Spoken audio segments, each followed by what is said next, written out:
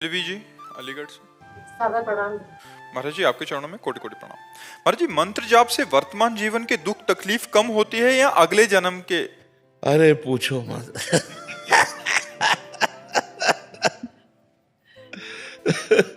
इसलिए कह रहे हैं कि अगर कहेंगे तो विश्वास नहीं होगा, तो इसलिए हम कहा पूछो मत। अगर हम कहते हैं कि दुख मिट जाता है तो आप उंगली हमारे ऊपर उठा दोगे। तो अगर कहो कि मंत्र जपने से क्या दुख मिट जाते हो, अगर हम कहते हैं हाँ, तो आप कहोगे आप ही भोग रहे हो, अभी तक क्या मंत्र नहीं जप पाए क्या? बात यह है कि पूर्व जो प्रारब्ध निश्चित हो गया है उसे भोगना पड़ेगा। जिसे प्रारब्ध कहते हैं उसे भोगना पड़ता है। जो नया कर्म है और जो पुराने संचित कर्म है, ये दोनों नष्ट हो जाते हैं भजन से। प्रारब्ध नष्ट नहीं होता, प्रारब्ध भोगना पड़ता है। रामकृष्ण परमहंस जी के गले में कैंसर था, बड़े बड़े संतों के शरीर में पीड़ाएं देखी गई। अगर भजन से सब पीड़ा नष्ट हो जाती तो भजन करने वाले को किसी को पीड़ा ही ना मिलती। आप विचार करके देखो, जितने बड़े बड़े संत या कोई भी भगत है, पीड़ा से युक्त पाया जाता है, क्योंकि उसके प्रारब्धों का नाश होता है। पूर्व संचित कर्म भस्म कर देते हैं भगवान, और क्रियमाण माने वर्तमान में जो हमसे गलती होती है उसे क्षमा कर देंगे। लेकिन जिस समय हमारा शरीर बनाया गया था, उस समय जो रखा गया है कि 20 वर्ष में तुम्हारा हाथ टूट जाएगा, 25 वर्ष में तुम्हारा सर फूटेगा, तुम्हें कैंसर, वो सब होगा, वो सब होगा, चाहे भजन करो या ना करो, उससे कोई फर्क नहीं पड़ता। तो ये बात हिम्मत करके, हाँ ये जरूर है कि भगवान थोड़ा सहने की सामर्थ्य दे देते हैं, सहने की सामर्थ्य देते हैं कि उसी को हम रो के काटें या उसी को हंस के काटें। तो जब हम भजन में चित्त जोड़ते हैं तो थोड़ा आनंद में जीवन होता है, लेकिन भोगना पड़ता है। अवश्य में वो भोक्तव्यम कृतम कर्म शुभाशुभम, भोगना पड़ता है। इसीलिए सबको भोगना पड़ता है।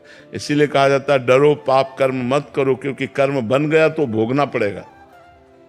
अभी मनुष्य जन्म है तो नाम जप करके, भगवान का आराधन करके, तीर्थयाटन करके, दूसरों की सेवा करके आप मिटा सकते हो। और मनुष्य जन्म छूट गया, फिर नहीं मिटा पाओगे, फिर तो भोगना ही भोगना है। इसलिए खूब नाम जप करो और जो कष्ट आवे उसे भोग लो, भगवान का प्रसाद मान करके निकल चलो। बहुत भयावह संसार है, बहुत कष्टमय संसार है। पता नहीं लोग कैसे जीते हैं। यहाँ तो हर क्षण किसकी शरण में जाए, सब असमर्थ है। कोई भी बताओ ऐसा है जिसकी गोद में सर रखकर रोया जाए और हमको निश्चिंत कर दे? क्योंकि जिसकी सर में हम गोद रख करके रोना चाहते हैं वो भी असमर्थ है, वो भी बेचारा काल के अधीन है, वो भी मृत्यु के अधीन है, वो भी भययुक्त है, वो पूर्ण समर्थ तो नहीं है। और जो पूर्ण समर्थ हो दिखाई नहीं दे रहे हैं, यही है, सबके अंदर है, सबके बीच में है, हमारी सुन्न है। लेकिन हमें लगता है प्रगट में कोई हो ना जिसके गले लग कर के हम अपने दुख को वर्णन कर सकें, हम रो सकें। कोई हमें प्यार से कि आप निश्चिंत रहिए, हम हैं ना। वो ये करते नहीं हैं, छुपे छुपे डोलते हैं, पर्दे में रहते हैं माया के। देखो एक सीमा है जहां तक तुम्हें भजन आनंद, और जब असीम आनंद की तरफ बढ़ोगे तब तुम्हारे तन मन प्राण सब पर भगवान का अधिकार होगा। और उस समय राम का किया मीठा लागे, ये बात आना बहुत कठिन है। हरिनाम जपने वाले महापुरुष को 22 बाजारों में कोड़ों से मारा गया। क्या अपराध था? 22 बाजारों में कोड़ों से मारा गया। हरि बोल मार कोड़े, उनके सुकुमार शरीर की धज्जियां उड़ा रहे थे। 22 बाजारों में मरा जानकर गंगा जी में फेंक दिया। ये है जब श्री कृष्ण से प्यार करोगे। बैलेंस बना के चलोगे तो ठीक से रहोगे। भजन भी किया और भोग भी भोगे और संसार में है। और अगर उनके चिपकना चाहे प्रीतम प्यारे, तो फिर वो जो लीला करते हैं। देखो प्रहलाद जी, बड़े बड़े भक्तों के चरित्रों में देखो, प्यार करते हैं पर फिर परीक्षा लेते हैं। तुम्हें तन से प्यार है या मेरे से प्यार है?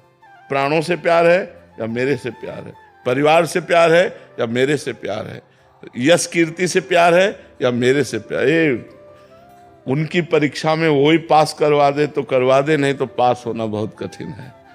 तो हमें लगता है कि भगवान की शरण में होकर भगवान का नाम जप करते हुए आए हुए दुख सुख को भोग लें और भगवान से प्रार्थना करें कि मुझे इतनी क्षमता दो कि मैं आपके विधान को जान करके हम इस दुख सुख को सुख में फूले नहीं और दुख में भूले नहीं, आपको निरंतर याद करें।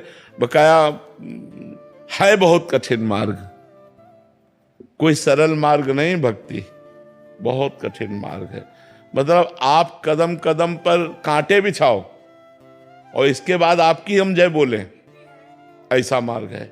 हम चल रहे हैं और आप कदम कदम पर हमारे कांटे बिछाओ और हम आपका मंगल मनाएं कि तुम सुखी रहो, तुम्हें कभी दुख न हो, भगवान तुम पर। यह है संत का मार्ग। करत जे अनशहन निंदक तीनों पे अनुग्रह कियो। जो तुम्हारी निंदा करे, जो तुम्हारा अपमान करे, जो तुम्हें दुख दे, उनका मंगल मनाओ। कैसे हो सकता है? कितना कठिन है संत मार्ग, भक्त मार्ग कितना कठिन है। कह रहे कि अगर तुम्हें कोई गाली दे रहा है, अगर तुम्हारा कोई अपमान कर रहा है, तो तुम उसका मंगल मनाओ, स्वस्थ रहो, तुम्हारे ऊपर भगवान की कृपा रहे, तुम्हें कभी कोई दुख ना मिले। किसको? जो हमें दुख दे रहा है, जो हमें कष्ट दे रहा है। ये बड़ा मार्ग जो भक्त, इसीलिए तो कहा गया मोरे मन प्रभु विश्वासा, राम ते अधिक राम कर दासा। भगवान का भक्त भगवान से भी बढ़कर है, क्योंकि ये वास्तविक भक्ति आना ये बहुत कठिन बात है। थोड़ा माला घुमा लेना, आरती पूजा कर लेना, मौज मस्ती से जीना, ये तो ठीक है, लेकिन पूरा का पूरा जीवन भगवान के लिए अर्पित कर देना, फिर वो थोड़ा कठिन है, फिर कठिन है। गुरुदेव जी, अगर किसी के पास गुरु मंत्र नहीं है तो हर कोई राधा नाम का जाप कर सकता है? बिल्कुल कर सकता है, बिल्कुल कर सकता है, सब कोई कर सकता है। जरूरी नहीं है कि तिलक कंठी और ये सब बांधा या मंदिर जा रहा है वही भक्त है। अपने कर्म क्षेत्र में भी धर्म देखो, ये आचार्य परंपरागत दिए हुए भेष हैं, ये भगवत मार्ग के चिन्ह हैं। जैसे हम तिलक लगाए हैं, जटा रखाए हैं, कपड़ा पहने, ये हमारे सांप्रदायिक वेश हैं, साधु के वेश हैं। लेकिन अंदर से साधुता ना हो और वेश हो तो भगवत प्राप्ति तो होने वाली नहीं। और वेश ना हो और अंदर से वो साधुता हो तो निश्चित उसको भगवत प्राप्ति हो जाएगी। तो ये जरूरी नहीं है, जरूरी है ये अपने कर्तव्य का पालन करते हुए भगवान का नाम जप करना। बोले आपके उदाहरण क्यों? हमारे भाग्य में लिखा है, हमारे भाग्य में लिखा है कि तुम्हें बचपन से बाबा जी बनना पड़ेगा। तो बचपन से बाबा जी है, हमारे भाग्य में भेषिए लिखा हुआ है, इनके भाग्य में लिखा हुआ है जटा जूट तुम्हें पहले धारण करना पड़ेगा, बाबा जी बनना पड़ेगा। खास बात है भगवान का भजन करना, खास बात है भगवान के द्वारा प्राप्त कर्तव्य कर्म का पालन करना। उसे हम सही बताएं, बहुत बढ़िया जीवन है यदि गृहस्थ धर्म से सही चला जाए तो। क्योंकि साधु भी गृहस्थी से ही पैदा होते हैं और साधुओं का पोषण भी गृहस्थी से ही होता है और भगवान का अवतार भी गृहस्थी में ही होता है। गृहस्थ धर्म बहुत बढ़िया धर्म है यदि धर्म से चला जाए, पर इतना प्रपंच है कि भजन करना कठिन है। नहीं, इतना मतलब एक चैप्टर हो तो निपटा ले, इतने चैप्टर हैं कि दिमाग जो है उसी में बटा रहता है। भजन करना और माला जपना और सब ये तो बहुत पीछे की बात है। कैसे बिटिया का ब्याह हो, कैसे लड़का की पढ़ाई को दे, और लड़का पढ़ता नहीं, बड़ी उद्दंडता करता, इतनी मतलब इतनी बातें हैं कि वो निपटा ही नहीं पाता, थक के सो जाता है। फिर सुबह जो उठा तो फिर सुबह से शुरू हो जाता है। गृह कारज नाना जंजाला, ते अति दुर्गम शैल विशाला। तो यही सर आवत अति कठिनाई, राम कृपा बिनु आई न जाए। नहीं तो बहुत बढ़िया धर्म है। आप अपने धर्म का पालन करते हुए नाम जप करो, आप एक संत हो। गंदा भोजन मत करो, गंदे आचरण मत करो, तो आप संत हो। और संत होकर रुपया पैसा, खान पान, नाना प्रकार की भोग सामग्री, तो भाई भगवत प्राप्ति नहीं होगी। वेश से भगवत प्राप्ति नहीं होती। उद्देश्य से भगवत प्राप्ति होती है। वेश तो प्रारब्धानुसार जन्मांतरों का सुकृत उदय होता है, तब विरक्त मार्ग मिलता है कि एकांत में भगवान का चिंतन। अब हमारे पास एक ही चिंतन है, भगवान का चिंतन करो। कोई और न लड़का, न बच्चा, न परिवार, और न स्वयं खाने की चिंता। स्वयं खाने की चिंता नहीं, भगवान दे रहे हैं, ना दे तो भूखे भी रहे हैं। जैसे भगवान रखे वैसे, कोई चिंता नहीं, केवल भगवान का भजन। ये भगवान ने दिया है, लेकिन आप दूसरों की चिंता करते हुए भजन कर रहे हैं, ये बहुत बड़ी बात है। एक कोई काम गृहस्थी का दे दो तो हम परेशान हो जाए। तुम्हारे पास 100 काम है, फिर भी राधा राधा कर रहे हो। विचार करके देखो, 100 काम है, फिर भी आप समय निकाल के राधा राधा कर रहे हो, बहुत बड़ी बात है। एक बार किसी संत ने कहा कि आप गृहस्थ भक्त को प्रभु श्रेष्ठ मानते हैं या विरक्त भक्त को? तो भगवान ने कहा गृहस्थ भक्त को। विरक्त तो रात दिन हमारे में लगे हुए हैं, लेकिन तो उन्होंने कहा प्रभु विरक्त तो सर्वश्रेष्ठ है, क्योंकि सब कुछ त्याग कर आपके लिए। तो उनका एक काम करो, इस प्रश्न का उत्तर बाद में देंगे। एक बड़ा सा कटोरा दिया और घी भरा और कहा हमारे इसके राउंड लगाओ आसन के। एक बूंद अगर घी गिरा तो सुदर्शन चक्र पीछे है। अरे बोले प्रभु समस्या में डाल दिया। बोले एक राउंड लगाओ। पूरा राउंड लगा के आए। बोले कई बार हमारा भजन किए? बोले भजन वो पीछे सुदर्शन चक्र, ये हमारा पूरा चिंतन था कि एक बूंद न गिरे। तो बोले सोचो तुम्हें एक काम दिया है कि घी एक बूंद गिरने ना पावे, तो तुम एको बार नाम नहीं जप किए। और गृहस्थी में सैकड़ों काम है, और वो सब काम निपटाता हुआ भी राम राम कृष्ण कृष्ण हरि हरि रटता है। इसलिए वो गृहस्थ धर्म से ही सब धर्मों का पालन होता है, सब धर्मों का पालन होता है। पर आप अगर भगवान का भजन कर ले तो सर्वश्रेष्ठ संत हैं, क्योंकि संतों की भी सेवा, परिवार की भी सेवा, समाज की भी सेवा, और भगवान का भी भजन कितनी बड़ी बात है। हमारे पास एक ही काम है, केवल भजन, दूसरा काम नहीं। तुम्हारे पास सैकड़ों काम होते हुए भी भजन है, ये बहुत बड़ी बात है। बस चलते रहो, गलत आचरण मत करो, गंदा खान पान मत करो, नहीं तो बुद्धि फिर भजन में नहीं लगेगी। महाराज जी, ग्रस्त की बात हो रही है, तो मतलब एक सदग्रस्त को जो अभी तक तो ठीक है संसार में, बट अभी उसको प्रारंभिक अवस्था में उसकी दिनचर्या क्या होनी चाहिए? दिनचर्या में क्या उसको मतलब अपने सारे गृह कार्य और अपनी जॉब आदि करते हुए भी कैसे भजन को प्राप्त हो? देखो, कोई समय नहीं दे सकते, इसलिए कि कोई कोई नाइट ड्यूटी करता है, कोई कोई रात की ड्यूटी करता है। अब हम कहते सुबह 4 बजे उठना ही चाहिए, वो 2 ढाई बजे 3 बजे 4 बजे आया है, अब वो उठेगा कि स्नान करेगा कि सोएगा जाके?